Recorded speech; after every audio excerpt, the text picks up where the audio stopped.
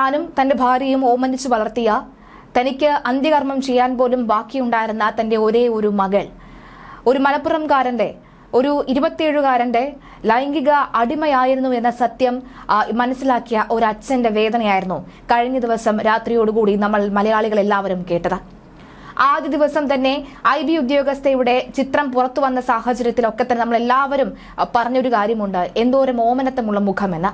പക്ഷേ ഇനി ആ ഓമനത്വമുള്ള മുഖത്തിന്റെ ചിത്രങ്ങളെക്കുറിച്ച് നമുക്ക് സംസാരിക്കുവാനോ ആ ചിത്രങ്ങൾ പുറത്തേക്ക് കൊണ്ടുവരാനോ ഇനി വാർത്തകളിൽ ഉൾപ്പെടുത്തുവാനോ ഒന്നും തന്നെ കഴിയുകയില്ല. എന്താണ് സംഭവം എന്ന് എല്ലാവർക്കും മനസ്സിലായി കാണും. ട്രെയിൻ തട്ടി മരിച്ച ഇന്റലിജൻസ് ബ്യൂറോ ഉദ്യോഗസ്ഥയെ സഹപ്രവർത്തകനായ സുഖാന്ത് ലൈംഗിക അതിക്രമത്തിന് ഇരയാക്കി എന്ന ഉദ്യോഗസ്ഥയുടെ പിതാവിന്റെ ആരോപണത്തോടുകൂടി വിഷയത്തിൽ പുതിയ ട്വിസ്റ്റിലേക്ക് കടന്നിരിക്കുകയാണ്. സത്യത്തിൽ പോലീസ് അന്വേഷിച്ച് കണ്ടെത്തേണ്ട തെളിവുകളാണ് ഇപ്പോൾ അച്ഛൻ നേരിട്ടിറങ്ങി കണ്ടെത്തിയിരിക്കുന്നത്. തന്റെ മകൾക്ക് നീതി കിട്ടും വരെ താൻ പോരാടുമെന്ന ദൃഢപ്രതിജ്ഞ തന്നെയാണ് ആ അച്ഛനെ കൊണ്ട് കഴിഞ്ഞ ദിവസം മാധ്യമങ്ങൾക്ക് മുന്നിൽ തന്റെ മകൾ ഇത്തരത്തിൽ ലൈംഗിക അതിക്രമത്തിനിരയായി എന്ന ഒരു കണ്ണീര് പോലും ഇല്ലാതെ വളരെ ശക്തിപൂർവ്വം ദൃഢമായി അദ്ദേഹത്തിന് പറയാൻ സാധിച്ചത്. കരഞ്ഞു വിളിച്ചിട്ടോ നിലവിളിച്ചിട്ടോ ഇനി കാര്യമില്ല, ഇനി പോരാട്ടത്തിന്റെ മണിക്കൂറാണ്. കഴിഞ്ഞ ദിവസവും ഈ പെൺകുട്ടിയുടെ അമ്മയും പറഞ്ഞത് അങ്ങനെ തന്നെയാണ്, മകൾക്ക് നീതി ലഭിക്കുന്നതുവരെ പോരാടുക തന്നെ ചെയ്യും. ഇത്രയും ദിവസമായിട്ടും കേസിനാസ്പദമായ ആരോപണ വിധേയനായ ഈ യുവാവിനെ പിടികൂടാൻ പോലീസ് ഇതുവരെയും കഴിഞ്ഞിട്ടില്ല. ഇപ്പോഴിതാ അവസാന നിമിഷം ലുക്കൌട്ട് നോട്ടീസ് അടക്കം പുറപ്പെടുവിച്ചിരിക്കുകയാണ്.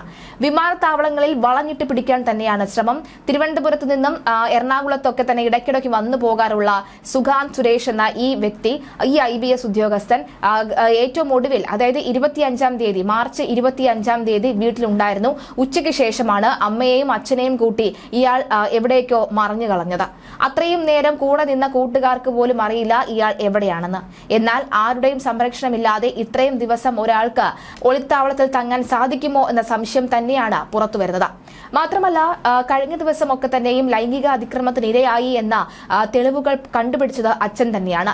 ബാഗിലെ ചില രേഖകളും ചില ബില്ലുകളും ഒക്കെയാണ് ഇതിനൊക്കെ തന്നെ സാധൂകരിക്കുന്ന തെളിവുകൾ എന്നാണ് അച്ഛൻ പറയുന്നത്. പക്ഷെ അതൊക്കെ എന്താണ് എന്ന് കൃത്യമായി വിശദീകരിച്ചില്ല എങ്കിൽ പോലും ഹോട്ടൽ മുറിയിലെ ഹോട്ടൽ റൂം ബുക്ക് ചെയ്തതിന്റെ ബില്ലടക്കമുള്ളവ കണ്ടെത്തി എന്നാണ് അച്ഛൻ ഇപ്പോൾ പറയുന്നത്. മാത്രമല്ല ഇവർ ഇത്രയും അടുപ്പത്തിലായിരുന്നു എന്ന സുഹൃത്തുക്കളൊക്കെ തന്നെ അറിയാം.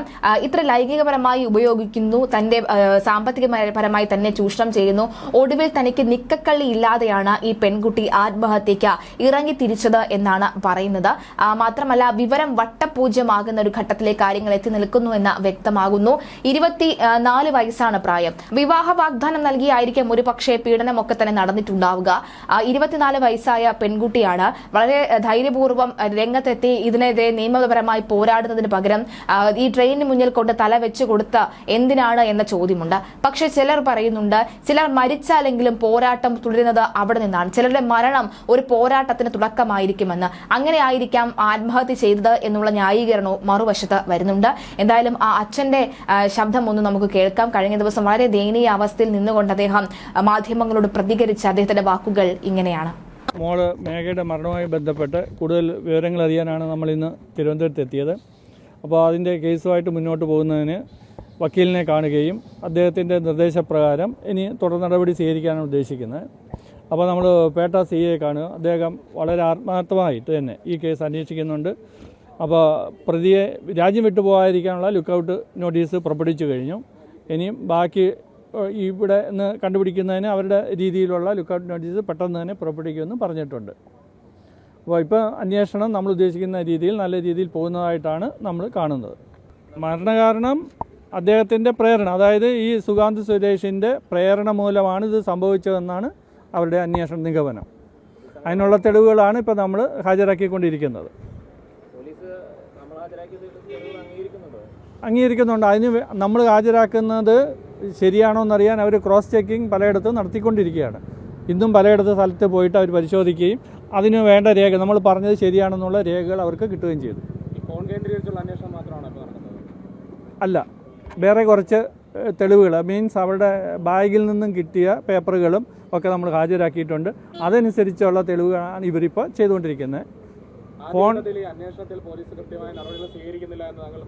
അന്ന് ഇപ്പോൾ കറക്റ്റ് ഇപ്പോൾ അവർ കൂടുതൽ അതായത് നമ്മൾ ഉദ്ദേശിക്കുന്ന രീതിയിൽ നമ്മൾ കൊടുത്ത രേഖകൾ കിട്ടിക്കഴിഞ്ഞപ്പോൾ അവർ അതായത് ഫിനാൻഷ്യൽ ചീറ്റിങ്, പിന്നീട് കിട്ടിയ രേഖകളും എല്ലാം കൊടുത്തതിൽ നിന്നും അവർ കൂടുതൽ അതിൻ്റെ ബേസിൽ അന്വേഷണം വ്യാപിപ്പിച്ചിട്ടുണ്ട്. പല സ്ഥലങ്ങളിലും പോയിട്ട് ഇന്നും അവർ പല സ്ഥലത്തും ഇന്നലെ രാത്രി 12 മണിക്കാണ് അവർ ഇത് നമ്മുടെ മൊഴിയെടുത്തിട്ട് തിരിച്ചു വന്നത്. അപ്പോൾ അമ്മയുടെ മൊഴിയെടുത്തു, അതിനുശേഷം തിരിച്ചു വന്നു.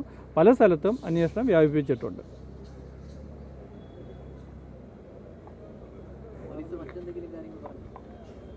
മറ്റ് എങ്ങനെയുള്ള കാര്യങ്ങളാണ് ഉദ്ദേശിക്കുന്നത്? ഇല്ല, സുഗാന്തിൻ്റെ തെളിവെന്ന് പറയുന്നത് നമ്മൾ കൊടുത്ത, അതായത് നമ്മൾ ഹാജരാക്കിയ ചില പേപ്പറുകളൊക്കെയാണ്. അതിൽ നിന്നും അതിൽ പ്രകാരമാണ് ഇപ്പോൾ മുന്നോട്ട് പോകുന്നത്, അന്വേഷണം മുന്നോട്ട് പോകുന്നത്. സുഗാന്തിനെതിരെ കേസെടുത്തിട്ടില്ല. അതായത് നമ്മളിപ്പോൾ കൊടുത്ത രേഖയിൽ നിന്നും സെക്ഷൽ അബ്യൂസ് വരെ നടന്നിട്ടുണ്ടെന്നുള്ള തെളിവുകൾ ഹാജരായിട്ടുണ്ട്. അപ്പോൾ അത് പ്രകാരം 306 അല്ലെങ്കിൽ അങ്ങനെ അത് ഇഷ്ടമുള്ള അതുപോലുള്ള വകുപ്പുകൾ ചേർത്ത് കേസ് എടുക്കുന്നതിന് വേണ്ട നടപടികളാണ് ഇപ്പോൾ അവർ സ്വീകരിച്ചുകൊണ്ടിരിക്കുന്നത്. എന്തായാലും സുഗാന്തിനെ കണ്ടെത്താൻ കഴിയാത്തത് ഐബിക്കും നാണക്കേടായി മാറിയിരിക്കുകയാണ്. ഇന്ത്യയിലെ പ്രധാന രഹസ്യ അന്വേഷണം ഏജൻസിക്ക് സ്വന്തം ജീവനക്കാരെ പോലും കണ്ടെത്താൻ കഴിയുന്നില്ല എന്നതാണ് വിചിത്രം. ഈ വിഷയം കേന്ദ്ര സർക്കാർ ഗൌരവത്തോടുകൂടി എടുത്തിട്ടുണ്ട്. തിരുവനന്തപുരം പേട്ട പോലീസാണ് ഈ കേസ് അന്വേഷിക്കുന്നത്. ചൊവ്വാഴ്ചയാണ് അച്ഛനും ബന്ധുക്കളും പേട്ട CIയെ കാണാനെത്തിയത്. മകൾ സുഗാന്തിനെ നിന്നും ലൈംഗികാതിക്രമം നേരിട്ടതിനെ തുടർന്ന് ആശുപത്രിയിൽ ചികിത്സ തേടിയതിന്റെ രേഖകളടക്കമാണ് പിതാവ് പോലീസിന് കൈമാറിയത്. യുവതിയുടെ ബാഗിൽ നിന്ന് കണ്ടെത്തുക ബാങ്ക് രേഖകളും പോലീസിന് നൽകിയിട്ടുണ്ട്. ഈഞ്ചക്കലിൽ വാടകയ്ക്ക് താമസിക്കുന്ന പത്തനംതിട്ട സ്വദേശിയെ മാർച്ച് 24-നാണ് പേട്ട റെയിൽവേ മേൽപ്പാലത്തിന് സമീപത്തെ പാളത്തിൽ മരിച്ച നിലയിൽ കണ്ടെത്തിയത്. സംഭവത്തിന് ശേഷം ഒളിവിൽ പോയ സുഹൃത്ത് സുഗാന്തിനായി പോലീസ് തിരച്ചിൽ തുടരുന്നതിനിടയിലാണ് പുതിയ വെളിപ്പെടുത്തലുമായി ബന്ധുക്കൾ പോലീസിനെ സമീപിച്ചത്. സുഗാന്ത മുൻകൂർ ജാമ്യത്തിന് ശ്രമിക്കുന്നതായി സൂചനകളുണ്ട്. ലൈംഗിക അതിക്രമം സംബന്ധിച്ച തെളിവുകൾ പോലീസിന് കൈമാറിയിട്ടുണ്ടെന്ന് യുവതിയുടെ അച്ഛൻ അറിയിച്ചു. സുഗാന്ത 3.5 ലക്ഷം രൂപയോളം മകളിൽ നിന്നും തട്ടിയെടുത്തുവെന്നും പിതാവ് ആരോപിക്കുകയാണ്. നിലവിലെ അന്വേഷണം തൃപ്തികരമാണെന്നും പിതാവ് മാധ്യമങ്ങളോട് പറഞ്ഞു.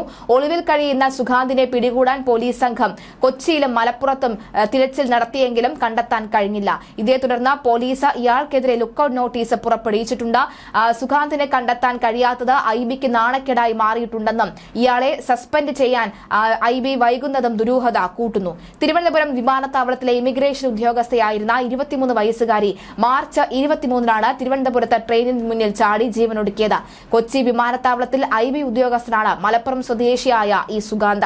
IB പരിശീലന കാലത്താണ് ഇരുവരും അടുപ്പത്തിലായത്. പിന്നീട് പലവട്ടമായി ഇയാൾ IB ഉദ്യോഗസ്ഥരിൽ നിന്ന് പണം വാങ്ങിയെന്നും ശമ്പളം ഉൾപ്പെടെ പൂർണ്ണമായും സുഗാന്തിന്റെ അക്കൗണ്ടിലേക്ക് കൈമാറിയിരുന്ന തെളിവുകളും ലഭിച്ചു. ഈ തെളിവും കണ്ടെത്തിയത് അച്ഛൻ തന്നെയാണ്. പോലീസ് ചെയ്യേണ്ട പ്രവർത്തനമാണ്, അല്ലെങ്കിൽ പോലീസ് ചെയ്യേണ്ട പല കാര്യങ്ങളുമാണ് അച്ഛൻ ഇവിടെ ചെയ്തുകൊണ്ടിരിക്കുന്നത്. മാത്രമല്ല പോസ്റ്റ്മോർട്ടം റിപ്പോർട്ട് എന്തുകൊണ്ട് വൈകുന്നു എന്ന ചോദ്യവും കൂടി വളരെ ശക്തമാണ്.